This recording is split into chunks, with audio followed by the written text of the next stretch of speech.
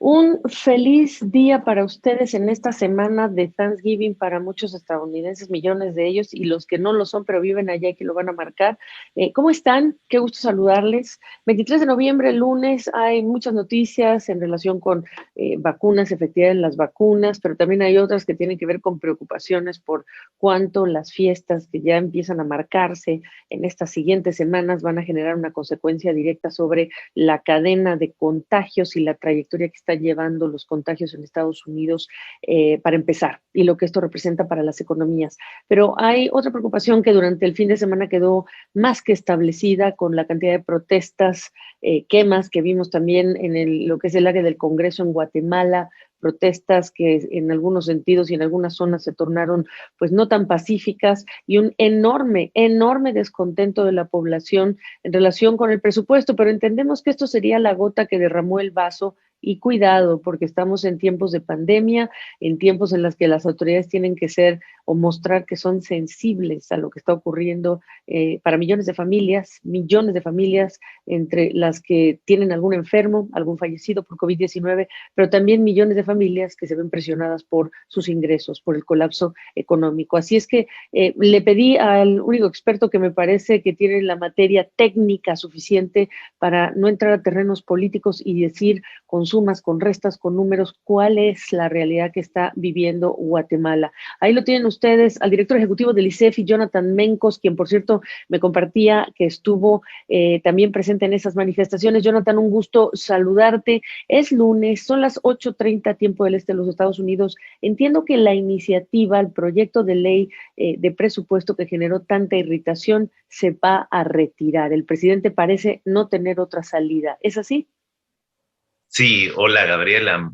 Pues sí, efectivamente, ayer a la medianoche el presidente de la Junta Directiva del Congreso, junto a algunos jefes de bloque, no a todos los jefes de las diferentes bancadas, dio una conferencia de prensa en la que avisaba que iban a retirar la ley. Esto es un procedimiento poco usual, pero que sí se determina a partir de 2017. Y el interés es la paz social y poder crear un espacio para conversar con la sociedad y ampliar la discusión del presupuesto. Un poco tarde el esfuerzo de dialogar, pero en todo caso es una medida que la ciudadanía estaba esperando porque ese presupuesto para nada tenía que ver con las respuestas que la sociedad quiere frente a lo que estamos viviendo.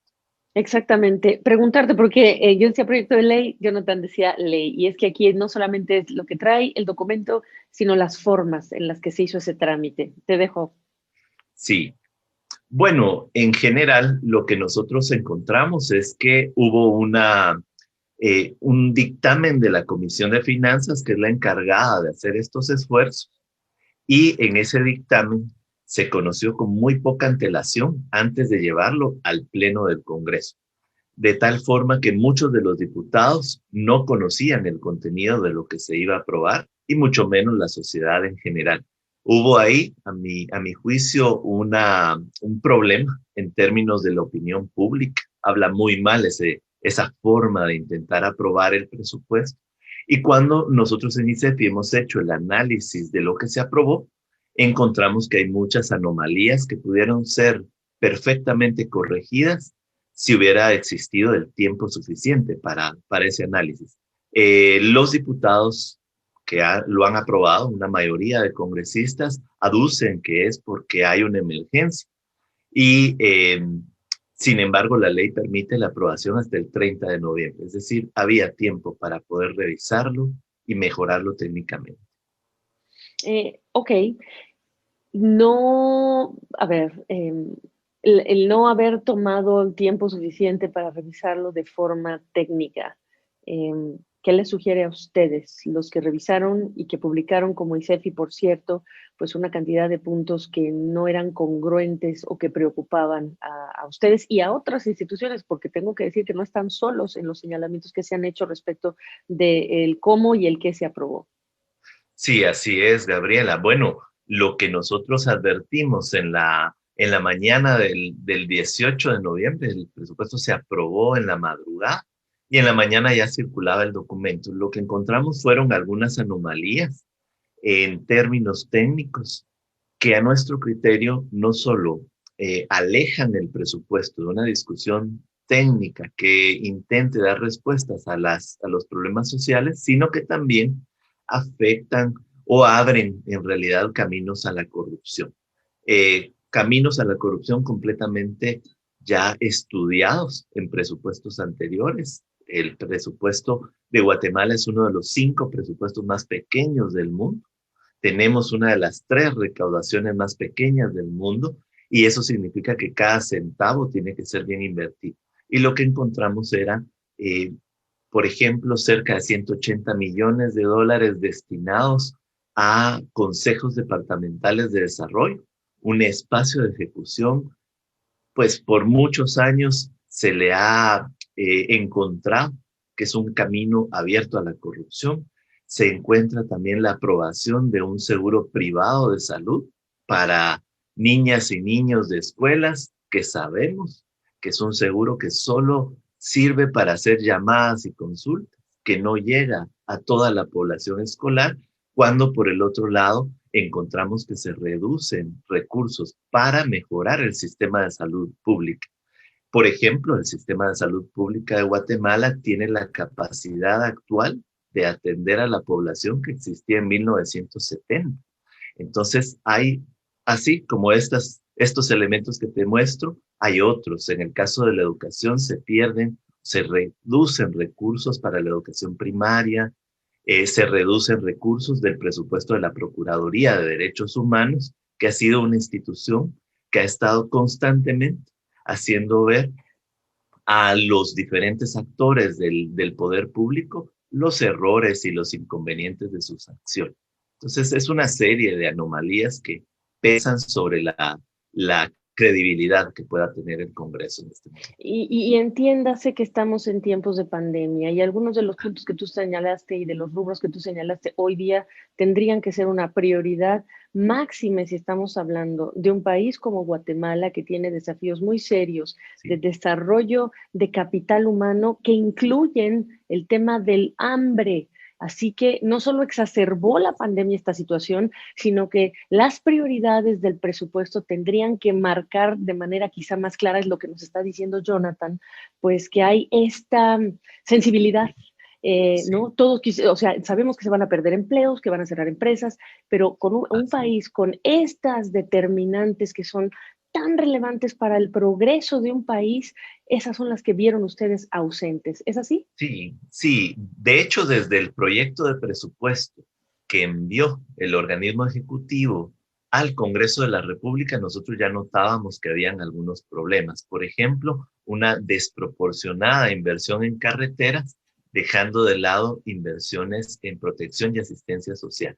El proyecto de presupuesto tenía en promedio, o asignaba, mejor dicho, $1.31 a las inversiones en niñas, niños y adolescentes, a las inversiones diarias.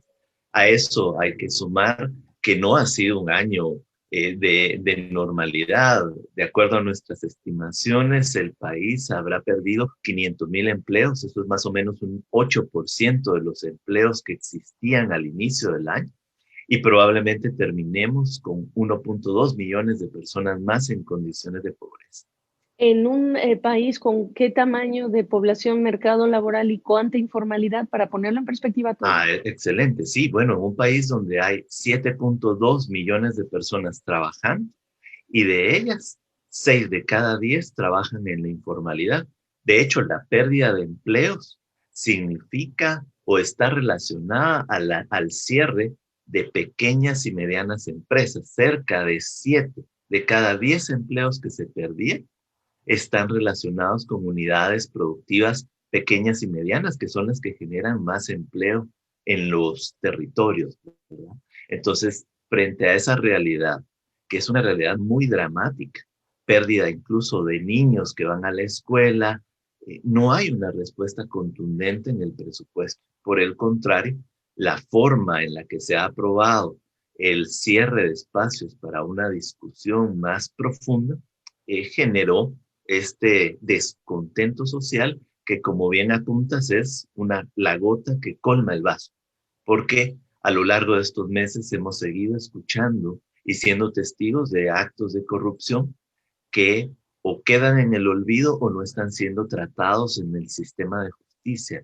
Entonces, realmente la propuesta desde el ICEFI es encontrar una solución para tener un presupuesto mejor equilibrado, un presupuesto que continúe teniendo un programa importante de asistencia social para evitar esa caída en pobreza de un gran número de la población y, por supuesto, tener medidas que permitan mejorar el sistema de salud pública, construcción de puestos y centros de salud que son los que hacen falta en los territorios y obviamente hacer algún esfuerzo de reactivación económica a través de mejoras, por ejemplo, de caminos rurales, de sistemas de riego que a su vez permitan una mayor seguridad alimentaria en un país con tanta pobreza y tanta hambre. Claro, y recordar aquí que hay una edad crítica del desarrollo de los seres humanos en general, y en particular en países en donde este es un problema que se vuelve crítico y entonces, como digo yo, la cobija no alcanza para todo y por lo tanto hay que ser muy estratégicos en este Prioridad. momento.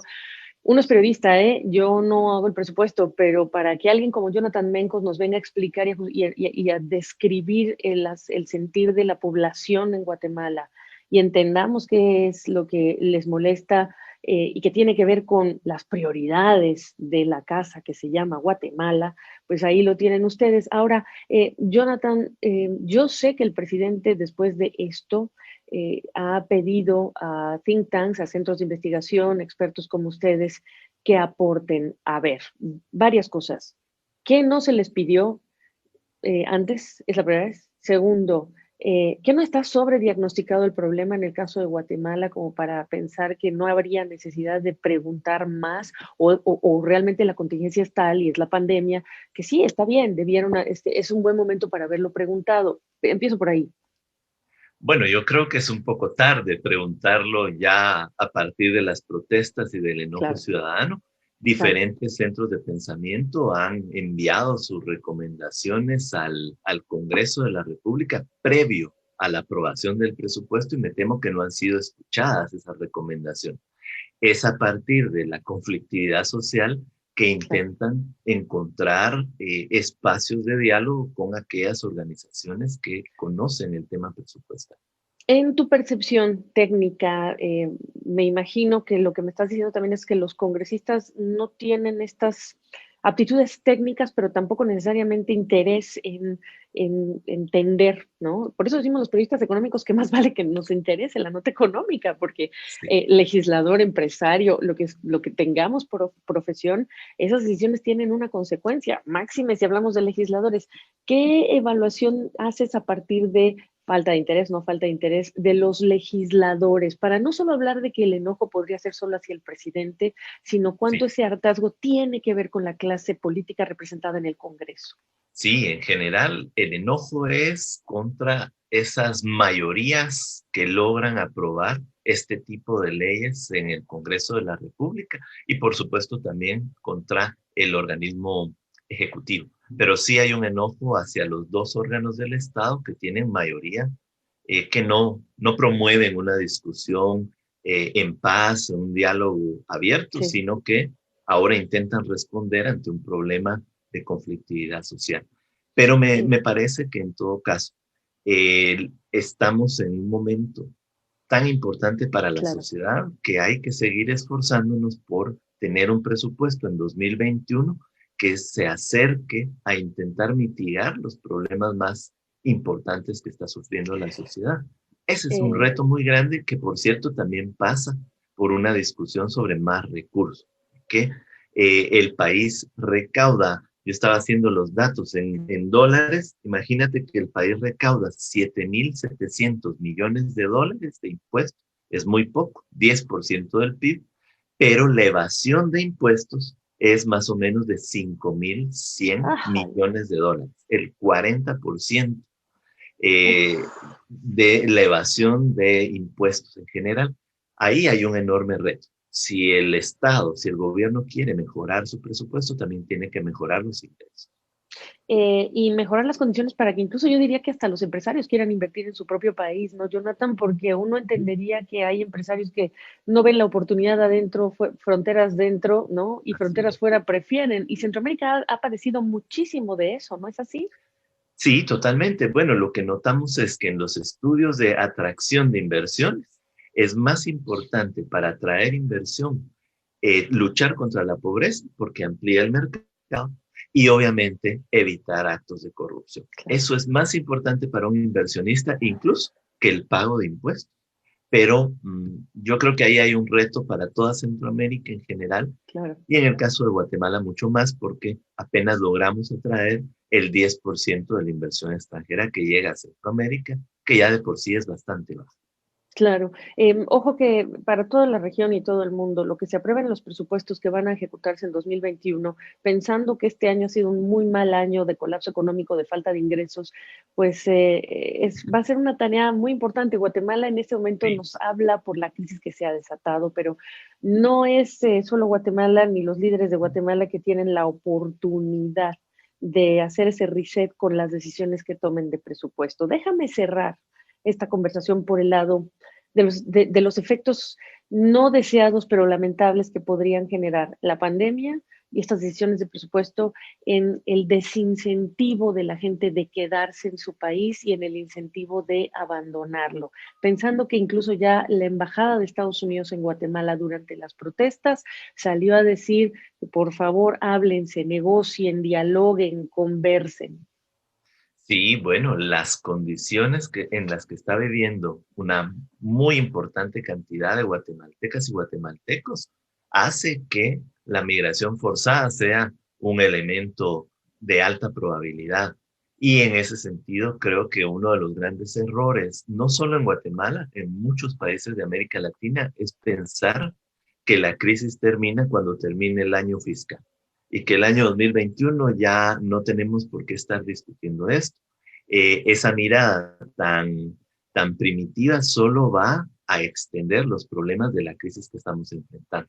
Por el contrario, el año 2021 es un año en el que el Estado de Guatemala y muchos estados tienen que seguir apoyando con programas de asistencia social si quieren evitar tanto un estallido social como una migración forzada en las condiciones en las que sabemos que se está. Y nótese que no hemos mencionado, porque está muy presente, por supuesto, el paso de IOTA y también ETA antes, y Naciones Unidas emitiendo un comunicado hace algunos días hablando de las consecuencias catastróficas, es la palabra que utilizó Naciones Unidas, consecuencias catastróficas para la población centroamericana de este golpazo que le representa a Centroamérica en 15 días, estos dos fenómenos meteorológicos más la pandemia, y está hablando incluso de agricultura, que como tú sabes, muchos agricultores allá en Centroamérica, pues es agricultura para subsistir, Así. y lo que viene el próximo año en términos de cultivo y destrozo y daños de cultivos es otra de las razones por las que la gente va a encontrar o va a llegar a esta sensación de desesperanza, más allá de lo que ya tenemos en meses caminando con esta pandemia. Jonathan Mencos, yo voy a tener una entrevista con el presidente del BID, del Banco Interamericano de Desarrollo, Mauricio Claver Carone, eh, y estamos a las puertas de la nueva era de Joe Biden. Joe Biden, el vicepresidente en tiempos de Obama, que viajó a Centroamérica cuando la crisis de los niños Sí. no acompañados, que llegaban a la frontera sur. Llegó la administración Trump y las imágenes hablan por sí solas en términos de las presiones por la migración. Preguntarte, eh, ¿es hora de condicionar que Estados Unidos entregue este recurso que tanto necesita la región a las autoridades? Es hora de hacer qué cosa distinta, qué tipo de presión, qué tipo de métrica, digo, a partir de ejemplos que ustedes hayan tenido, que les parezcan oportunos, para obligar a Centroamérica, pero en particular a las autoridades que le están quedando mal a los ciudadanos, Sí. a evitar, digamos que, el tema de la corrupción y a seguir reforzando las instituciones para cerrar. Sí, yo creo que hay dos obligaciones que los estados en Centroamérica tienen que asumir si quieren acceder a esos fondos. El primero tiene que ver con mejoras sostenidas en los indicadores sociales. Puede ser el cumplimiento de la Agenda de Desarrollo 2030 porque además es una agenda internacional que los estados están comprometidos a cumplir. Pero lo otro que es muy preocupante es la pérdida de la institucionalidad democrática. Yo sí creo que el apoyo de la cooperación internacional de los países amigos hacia la región tiene que estar condicionado al cumplimiento de una senda de mejora de la institucionalidad democrática y de cierre de los caminos para la corrupción. Porque en todo caso, cuando son préstamos de recursos, el Estado queda obligado a pagarlos y los gobiernos pasan y pueden ser gobiernos corruptos que mal utilizan los recursos. A mí me parece que hoy hay un reto de institucionalidad democrática en prácticamente toda la región centroamericana que debe ser un elemento de condicionalidad para poder acceder a los fondos. Qué gusto saludarte. Sabemos que son tiempos muy difíciles, así que nuestra solidaridad con ustedes, nuestro interés a nivel periodístico humano de lo que se viene, porque no es fácil, y como siempre agradecida por, por lo técnico que aportas aquí para no entrar a lo político y que sea con números y con dimensión de ese tipo, el que la gente entienda que estamos hablando de momentos muy delicados para todos. Gracias. Muchas gracias, Gabriela. Hasta luego y un gran gusto verte y saber que ustedes están pendientes de Centroamérica. Un abrazo. Igualmente para ustedes.